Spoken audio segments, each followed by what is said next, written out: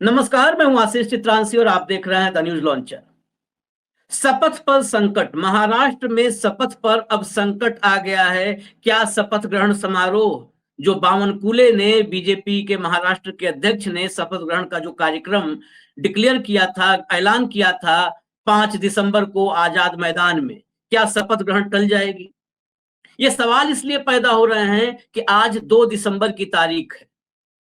सतारा में अपने गांव में बैठे हुए एकनाथ शिंदे पहले वहां से ठाणे पहुंचते हैं, फिर मुंबई आते हैं। बात होती है कि 2 तारीख को यानी आज महायुति की बैठक होगी। उस बैठक में जो भी मसले अब तक अनसुलझे हुए हैं सब सुलझा लिए जाएंगे और शपथ विधि का रास्ता साफ हो जाएगा।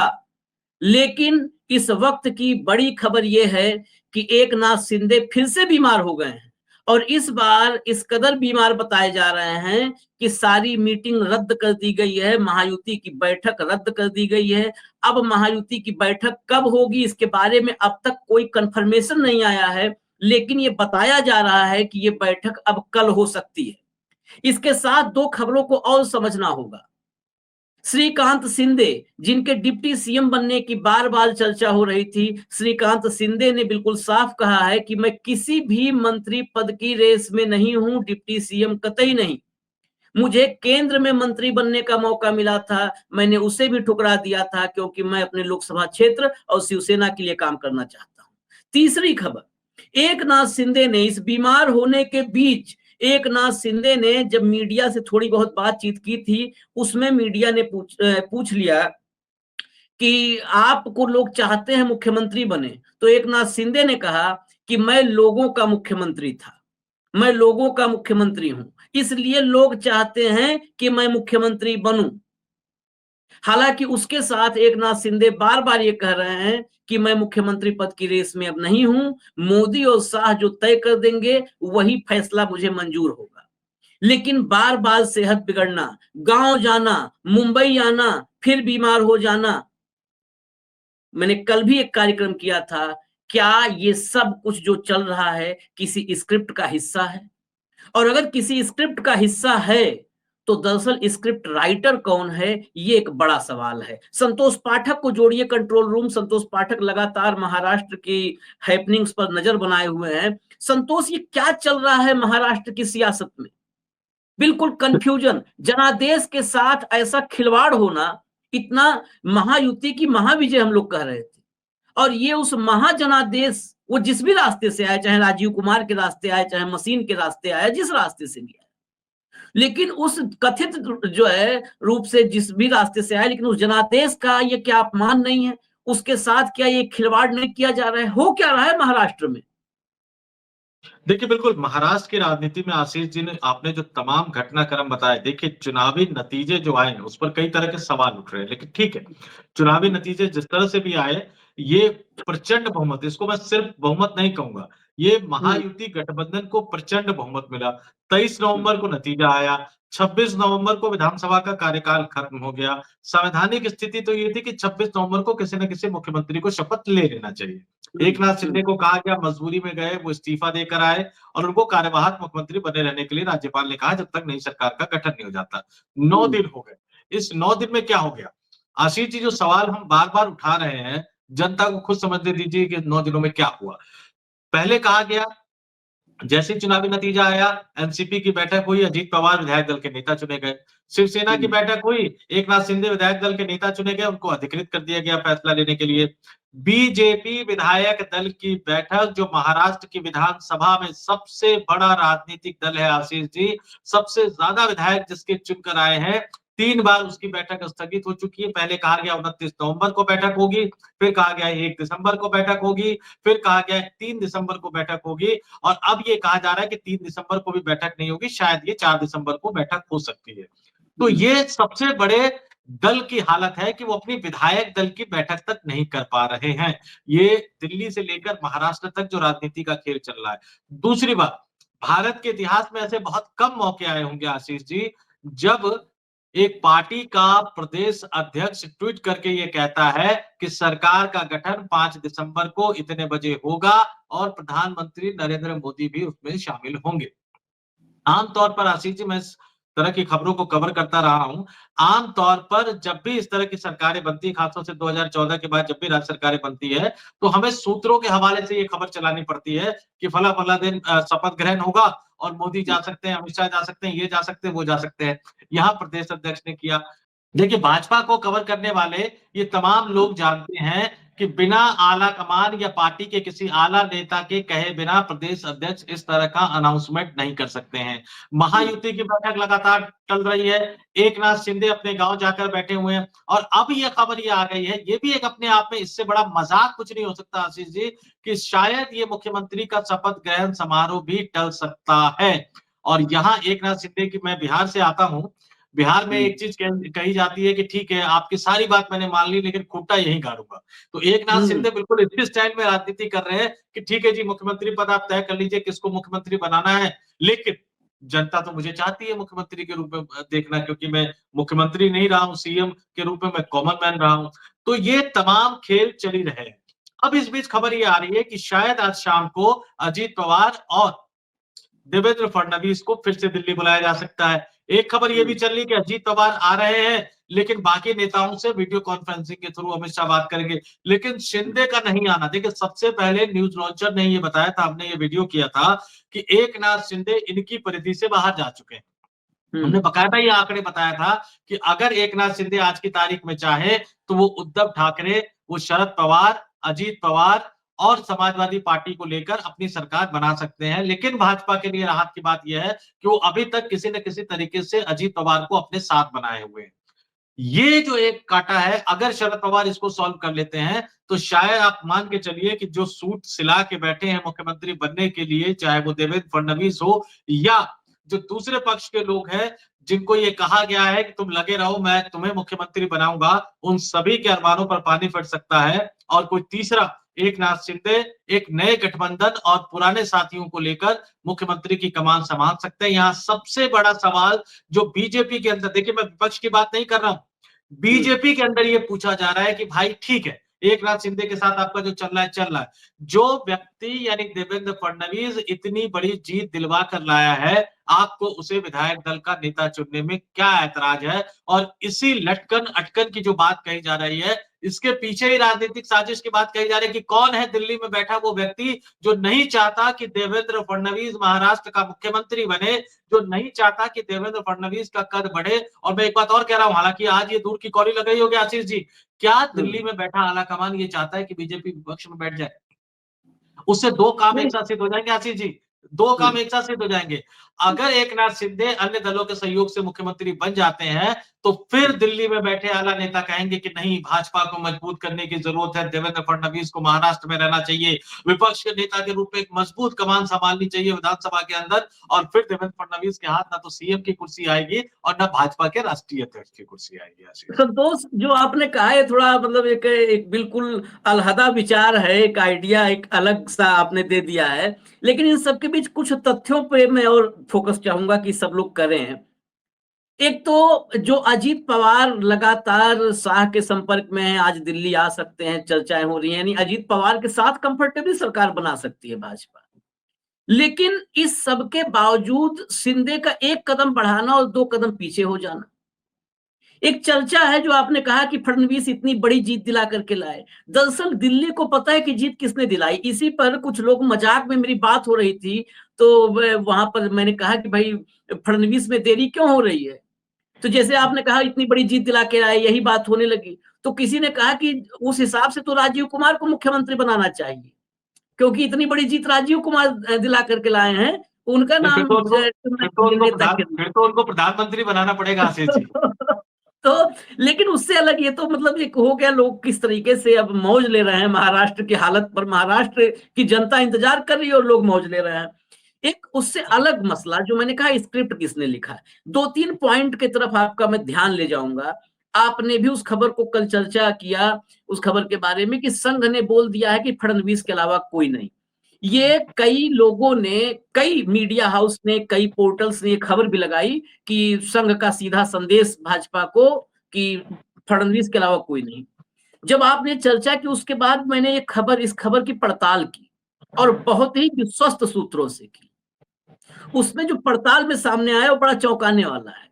दरअसल संघ ने बोला है, लेकिन संघ ने बीएल संतोष के जरिए बोला है।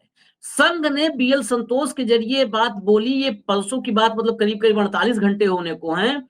दिल्ली से उसका रिप्लाई यस या नो दोनों में नहीं गया है, हाँ या ना। मतलब संघ को जवाब देना भी अब शाह के लिए कोई जरूरी नहीं है। उन्होंने, संघ ने बोला है, ये खबर, इस पार्ट को सबने छापा, लेकिन मैंने पता किया तो पता चला, और बहुत विश्वस्त सूत्र से, तो पता चला कि हाँ, संघ ने कहा है बीएल संतोष के जरिए कि भाई फडणवीस के अलावा कोई नहीं, और वहां से हाँ ना कुछ भी नहीं है। फिर दूसरा सवाल पैदा होता है कि ठीक है, सीएम की रेस में बाकी पोर्टफोलियो को लेकर के है विवाद, सीएम को लेकर कोई विवाद नहीं, शिंदे भी पीछे हट चुके हैं, अजित पवार तो खड़े ही हैं कि जो भी आपका सीएम है मैं उसके साथ हूं। तो अपने विधायक दल का नेता तो घोषित कर दो, इसमें तो कोई संदेह नहीं है। तीसरी बात, भाजपा में महाराष्ट्र में कोई और नेता ऐसा नहीं है जो खुद को रेस में सामने ले आए हो कि नहीं जी हम भी हैं सीएम की रेस में, तो यहां भी कोई विवाद नहीं है। चौथी बात, देवेंद्र फडणवीस पर कोई ऐसा डेंट नहीं है कि कार्यकर्ताओं का किसी खेमे का विरोध हो, और सबसे बड़ी बात, मात्र संगठन नागपुर का भी विरोध नहीं है। नागपुर विरोध तो छोड़ दीजिए, उनके साथ बिल्कुल डंडा लेके खड़ा है। ये चार बातें हो गई। इसमें शिंदे जब पीछे हट चुके हैं, बात विभागों के बंटवारे का है, तो विभागों के बंटवारे पर या तो दो ही बात हो सकती है, लॉजिक से हम एक एक चीज को हटाते हैं, दो ही बात हो सकती है, या तो आप शिंदे को आउट करो या शिंदे से बात करो। पिछले 4 दिन से शिंदे से कोई बातचीत भी नहीं हुई है। शिंदे से बात भी हुई है तो सिर्फ एक शख्स ने की है, देवेंद्र फडणवीस ने की है। जब वो गांव में थे तो उनकी सेहत जानने के लिए फोन किया। देवेंद्र फडणवीस के अलावा किसी ने बातचीत नहीं की है, जो खबरें हैं। तो जब आप बातचीत भी नहीं कर रहे हो तो कैसे मामला कोई भी सुलझेगा, कैसे जो उलझा हुआ है। तो या तो शिंदे आउट है, या है तो बातचीत होके ही सोल्यूशन कोई निकलेगा। इस बीच ये एक चर्चा महाराष्ट्र से मुझे पता चली कि शिंदे और शाह अलग नहीं है। ये बड़ा चौंकाने वाली चर्चा मुझे पता चली, शिंदे और शाह अलग नहीं है। और यहां तक चर्चा है, ये अपुष्ट चर्चा है कि शिंदे और शाह के कुछ आर्थिक हित भी एक साथ हैं, जुड़े हुए। अब वो कैसे जुड़े हैं ये मैं नहीं जानता कि भाई किराना की दुकान है पेंट की दुकान है, लेकिन कुछ आर्थिक हित भी जुड़े हुए हैं। तो आर्थिक हितों से ऊपर तो कोई हित होता नहीं है। तो उसी चर्चा को मैं, मतलब ये बताया कि अपुष्ट चर्चा है, लेकिन आर्थिक हित जुड़े हुए ऐसी चर्चाएं महाराष्ट्र में हैं कुछ, जो राजनीति के बड़े भीतर तक घुसे हुए लोग हैं उनके बीच। तो कहीं ये ऐसा तो नहीं है कि सारा कुछ जो डिले चल रहा है, जो कुछ भी, वो सिर्फ एक आदमी को निपटाने के लिए चल रहा है, देवेंद्र फडणवीस को। देखिए बिल्कुल आशीष जी, ये 2 वजहों से चल रहा है। एक जो तमाम समीकरण आपने बताए, एक आदमी को निपटाने के लिए भी चल रहा है और अपनी सरकार बचाने के लिए भी चल रहा है। आपने जैसा कहा कि हित जुड़े हुए हैं, गुजरात लॉबी के बहुत बड़े इंटरेस्ट जो है वो महाराष्ट्र में जुड़े हुए हैं, लगातार ये लोग इस बात की चर्चा कर रहे हैं। देवेंद्र फडणवीस को रोकने का सबसे बड़ा फायदा क्या होगा? देवेंद्र फडणवीस को रोकने का सबसे बड़ा फायदा होगा कि संघ के करीबी एक नेता का कद इतना बड़ा नहीं बढ़ पाएगा कि वो इन दोनों को चुनौती दे सके। दूसरी बात जो निकल कर सामने क्या आएगी कि एकनाथ शिंदे के मुख्यमंत्री बनने का एक सबसे बड़ा फायदा इनको ये मिलेगा कि वो महाराष्ट्र में बिजी रहेंगे और उनके जो लोकसभा सांसद है उसके बल पे आराम से केंद्र की सरकार बची रहेगी। अगर एकनाथ शिंदे को आप पैदल कर देंगे, उनको मुख्यमंत्री नहीं बनाएंगे और जैसा कि खबरें आ रही हैं कि वो डिप्टी सीएम भी नहीं बनना चाहेंगे, तो फिर वो खाली हो जाएंगे और उसके बाद वो क्या खेल करेंगे, इससे दिल्ली दरबार भी डरा हुआ है। तीसरी जो सबसे अहम चीज जो इस पूरे मामले में एक सबसे अहम किरदार है, जिसकी चर्चा अभी हम और आप बहुत ज्यादा नहीं कर रहे हैं, हालांकि मैंने अपने एक वीडियो में किया था कि देवेंद्र फडणवीस, एकनाथ शिंदे और अजीत पवार, इनके बीच में एक चौथा किरदार है प्रफुल्ल पटेल, जो शरद पवार के बहुत करीबी नेता माने जाते हैं एनसीपी में। और मैं बड़ा दिलचस्प आपको बताऊं कि जब तक प्रफुल्ल पटेल दिल्ली में एनसीपी के नेता थे, केंद्र में मंत्री भी थे मनमोहन सिंह सरकार में, तो शरद पवार साहब के घर जो खाना जाता था खाने के लिए, वो भी प्रफुल्ल पटेल के घर से बनकर जाता था। इतने करीबी नेता होते थे प्रफुल्ल पटेल। और पार्टी का डे टू डे खर्चे की बात कर रहा हूं मैं, एनसीपी का कार्यालय हुआ करता था मुख्यालय बीडी मार्ग पे। पार्टी का जो डे टू डे खर्चा होता है और पार्टी के जो तमाम कामकाज होते वो प्रफुल्ल पटेल ही निपटाया करते थे। और अजीत पवार के बारे में कहा जाता है कि उन्हें अपनी पार्टी को तोड़ने में कामयाबी उसी दिन मिल पाई जिस दिन उन्होंने प्रफुल्ल पटेल को कन्विंस कर लिया। प्रफुल्ल पटेल के साथ साथ लगभग पूरी पार्टी टूट कर आ गई। पर अजीत पवार पार्टी के राष्ट्रीय अध्यक्ष तो बने नहीं वाली पार्टी के, लेकिन उसके कार्यकारी राष्ट्रीय अध्यक्ष जो है वो प्रफुल्ल पटेल को बनाएगा। प्रफुल्ल पटेल के साथ दिक्कत क्या है? देखिए, जो अपोजिशन है, शरद पवार या कांग्रेस का गठबंधन, उनके पास एकनाथ शिंदे को देने के लिए तो है कि चलिए आप मुख्यमंत्री बन जाइए। उनके पास अजीत पवार को देने के लिए भी है कि चलिए आप उप मुख्यमंत्री बन जाइए। लेकिन उनके पास प्रफुल्ल पटेल को देने के लिए कुछ नहीं है। वो जो प्रफुल्ल पटेल को तभी दे सकते हैं जब वो केंद्र में मोदी सरकार को गिराए। मैं अपने दर्शकों को याद दिला दूं कि 2024 के लोकसभा चुनाव के बाद जब मंत्रिमंडल का गठन हो रहा था, एनसीपी कोटे से सिर्फ एक लोकसभा सांसद सुनील तटकरे जीत कर आए थे। उस समय यह कहा गया कि प्रफुल्ल पटेल को मंत्री बनाना है। हालांकि तटकरे ने विरोध किया, लेकिन प्रफुल्ल पटेल का नाम आगे आ गया। यहाँ पर नाम बीजेपी आला कमान के पास पहुंच गया। लिस्ट में जब वो नाम गया तो राज्य मंत्री के रूप में गया। प्रफुल्ल पटेल ने मना कर दिया कि मैं मनमोहन सिंह सरकार में कैबिनेट मंत्री रह चुका हूं, अब मैं राज्य मंत्री के तौर पर, ये राज्य मंत्री स्वतंत्र प्रभार के तौर पर भी शपथ नहीं लूंगा। तो प्रफुल्ल पटेल इसमें बहुत बड़े खिलाड़ी हैं। उस दिन जो रात को मुलाकात हुई अमित शाह से, उसमें भी अजीत पवार के साथ प्रफुल्ल पटेल मौजूद थे। और आज रात को जो मुलाकात होने वाली है उसमें भी अजीत पवार के साथ प्रफुल्ल पटेल मौजूद रहेंगे। तो ऐसा लग रहा है कि प्रफुल्ल पटेल के जरिए फिलहाल अजीत पवार को बीजेपी अपने पाले में रखने में कामयाब हो रही है। और दिल्ली दरबार अजीत पवार के सहारे अब ये कह सकते हैं कि एक बड़ा खेल खेलने की तैयारी कर रहे हैं। लेकिन दूसरी तरफ अगर जैसा कि मैंने बताया कि 16 चंद्रबाबू नायडू, 12 नीतीश कुमार और 7 शिवसेना एकनाथ शिंदे वाली, और एक उसमें एनसीपी के तटकरे साहब को भी जोड़ लीजिए। केंद्र में अगर समीकरण बदलते हैं तो फिर केंद्र और महाराष्ट्र दोनों में एक साथ समीकरण बदलेंगे। आज रात की बैठक जो है बहुत महत्वपूर्ण होने जा रही है। एकनाथ शिंदे अपना खूंटा गाड़ चुके हैं और राष्ट्रीय स्वयंसेवक संघ, मैं आपको बता दूं कि बीएल संतोष जो है वो राष्ट्रीय स्वयंसेवक संघ से, अगर मैं आम लोगों की भाषा में बताऊं उसको, तो डेपुटेशन पे बीजेपी में आए हैं। वो बीजेपी के राष्ट्रीय संगठन महासचिव हैं और उनका दायित्व यही होता है कि राष्ट्रीय स्वयंसेवक संघ की भावना से भाजपा के राष्ट्रीय अध्यक्ष और भाजपा आलाकमान को अवगत कराना। भाजपा के राष्ट्रीय अध्यक्ष अभी जेपी नड्डा है, वो इस हैसियत में नहीं है कि किसी की मदद कर सके, तो निश्चित तौर पर उनका जो मैसेज है वो प्रधानमंत्री और गृह मंत्री तक ही पहुंचा है। और जैसा कि नड्डा ने लोकसभा चुनाव के समय कहा था कि भाजपा को आरएसएस की जरूरत नहीं है, शायद ये जोड़ी ये मान बैठी है कि भाजपा को आरएसएस की जरूरत नहीं है, और इसलिए उस मैसेज का अभी तक आरएसएस को जवाब नहीं दिया गया। लेकिन आरएसएस अभी भी इंतजार कर रही है, और अब इनके सिर्फ मौखिक जवाब का इंतजार नहीं कर रही आशीष जी, अब इनके क्रियाकलाप का इंतजार कर रही है कि हमने एक आदमी का नाम आपको दिया, आपको उनको बड़ी भूमिका देनी है, मुख्यमंत्री बनाइए या पार्टी का राष्ट्रीय अध्यक्ष बनाइए। और सबसे बड़ी बात है, राष्ट्रीय स्वयंसेवक संघ के बारे में मैं एक बात कहता हूं, लोग भी कहते हैं कि वो बहुत ही अबूझ पहली है, एक रहस्यमयी संस्था है। अगर आरएसएस किसी मुद्दे पर खुलकर बोलता है तो समझिए वो बड़ी खबर है, लेकिन अगर वो किसी मुद्दे पर खुलकर नहीं बोलता है तो वो समझिए कि उससे भी बड़ी खबर है। तो आरएसएस शांत बैठा होगा, इस बात की संभावना नहीं है। मोहन भागवत साहब प्रवास कर रहे हैं, अभी जनसंख्या का बयान आया है, लेकिन उससे पहले जो उन्होंने बांग्लादेश के हिंदुओं को लेकर राजधर्म की याद दिलाई थी प्रधानमंत्री नरेंद्र मोदी को, तो वहां भी हलचल है। और अगर देवेंद्र फडणवीस के रास्ते में कांटे बोए जाते हैं तो वहां से काउंटर अटैक भी बहुत जल्दी आएगा। देखते हैं काउंटर अटैक कैसा आता है, क्योंकि संघ के सामने भी बहुत सारी मजबूरियां हैं। लेकिन उस बीच में एक बार फिर अपडेट दे दूं, और अपडेट है कि 2 दिसंबर के सारे कार्यक्रम एकनाथ शिंदे के रद्द कर दिए गए हैं। सारे कार्यक्रम उन्होंने अपने रद्द कर दिए हैं, जिसमें विधायक, शिवसेना के विधायक कोऑर्डिनेटर की बैठक थी वो भी रद्द हो गई है। शिवसेना विधायकों के साथ उनकी मीटिंग थी वो भी रद्द कर दी गई है। ये सारी बैठकें रद्द कर दी गई हैं। और ये बैठकों के रद्द होने और शपथ पर संकट के बीच एक नाम आया है छुपे रुस्तम के रूप में। वो नाम मैं आपको बता दूं, वो नाम है डोंबिवली से विधायक रविंद्र चौहान का। ये मैं मीडिया रिपोर्ट्स के हवाले से बता रहा हूं। कई बार नाम इसलिए आते हैं कि अगर उसमें कुछ गुंजाइश हो तो वो भी खत्म हो जाए, तो शायद रविंद्र चौहान के लिए आगे रेड क्रॉस लग गया।